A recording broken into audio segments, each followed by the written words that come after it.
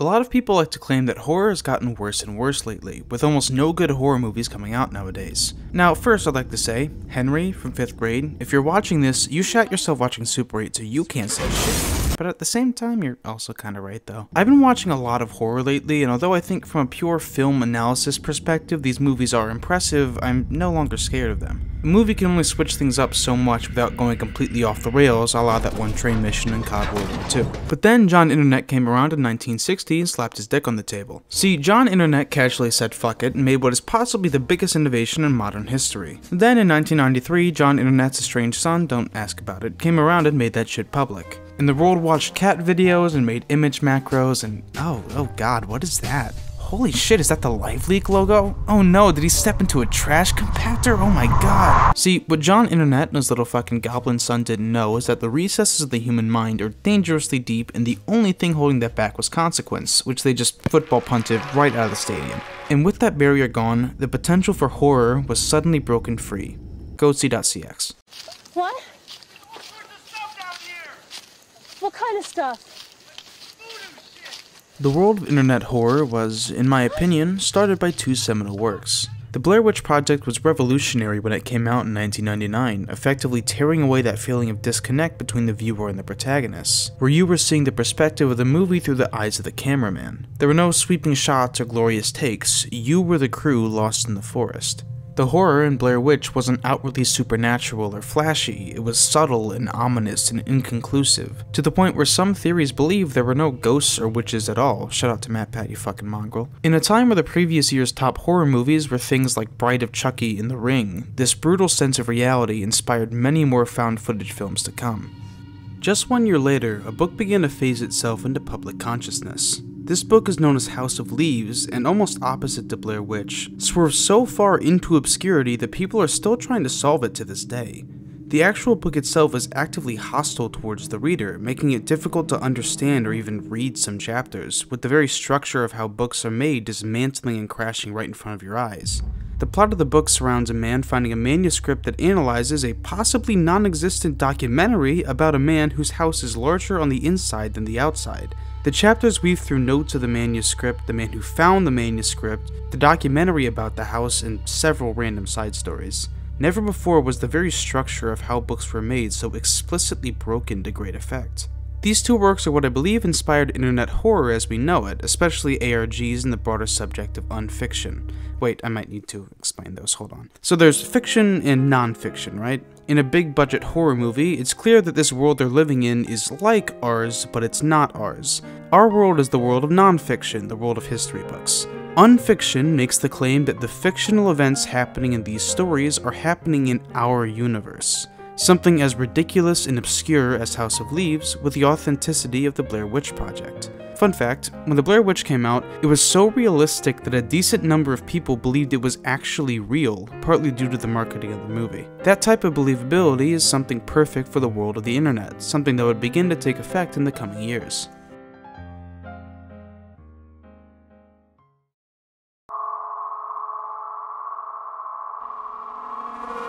We will wait for you to know more.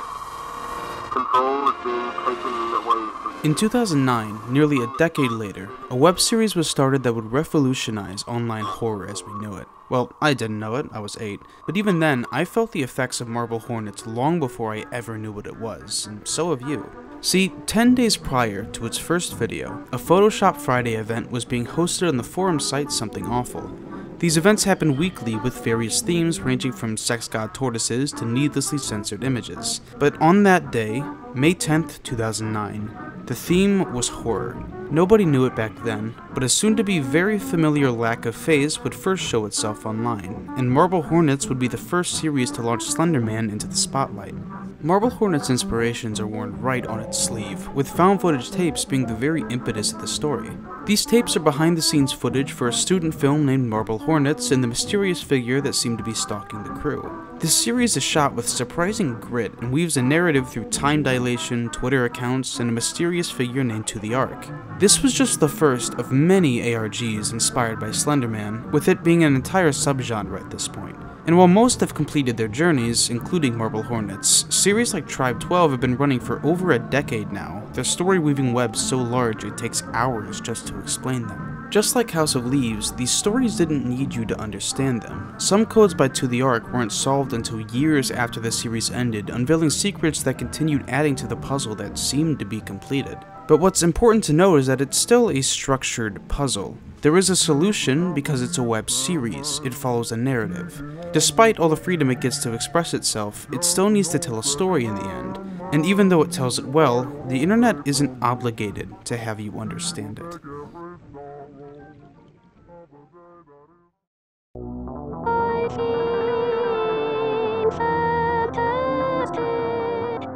I Feel Fantastic was a video uploaded somewhere on the internet at some point, but the original source isn't known.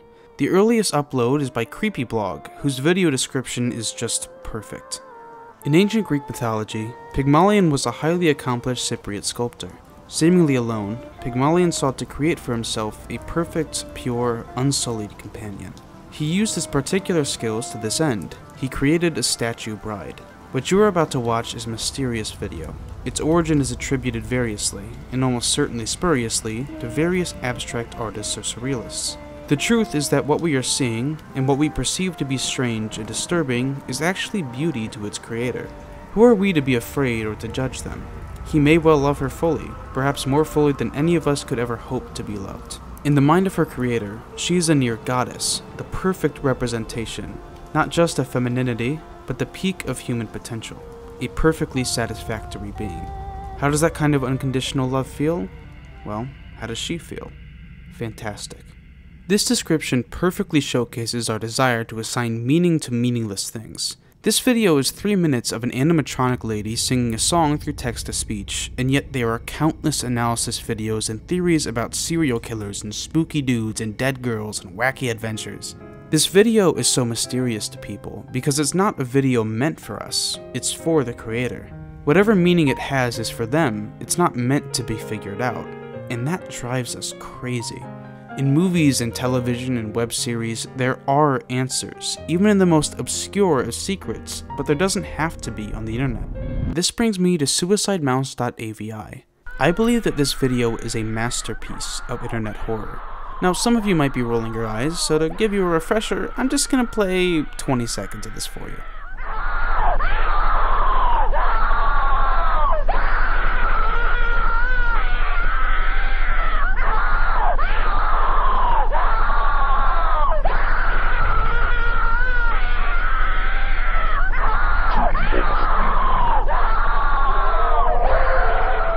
For any of you who didn't skip, do you feel a little jumpy? Would you be willing to turn off all the lights in your house and walk around?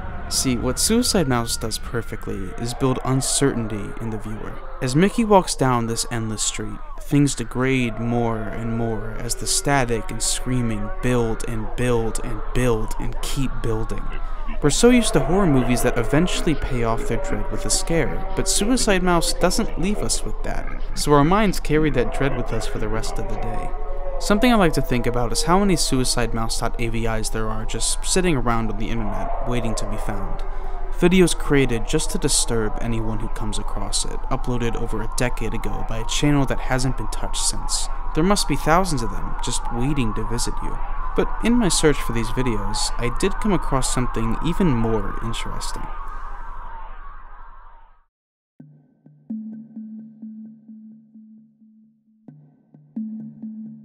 I want you to do something really quickly for me. Click on the YouTube search bar and type a single period. Pretty freaky, right? This is something I came across when trying to search for the artist No Name on YouTube. It seems to be an active ring of cultish horror videos still being added to this day. The Arabic translates to, "A woman who claims to be the Virgin Mary is married to Christ." This is only one of the phrases too, there are more if you type more periods into the search bar. Not all these videos are horror either, some are weird, some are just memes with horror thumbnails, and you'll see all different languages in the video's comments. Now, I don't know how popular this subject is, but I can tell you that I have never felt more nervous than when I'm clicking through these videos. You have no idea what you're going to see, since the thumbnails are almost never accurate. And much like horror games, you have to actively choose to access these places. In a movie, it follows exactly what it needs to do and you can only react to it. But in YouTube horror, it's your decision to keep moving forward. You can pause, you can stop, you can close the tab entirely. But why not one more? But the same can be said for all of YouTube. That curiosity for what's beyond. It's what drives us to watch everything from rambling British video essays to Let's Play series. Which brings me, through a very subtle transition, to the very pinnacle of internet horror. Say hello to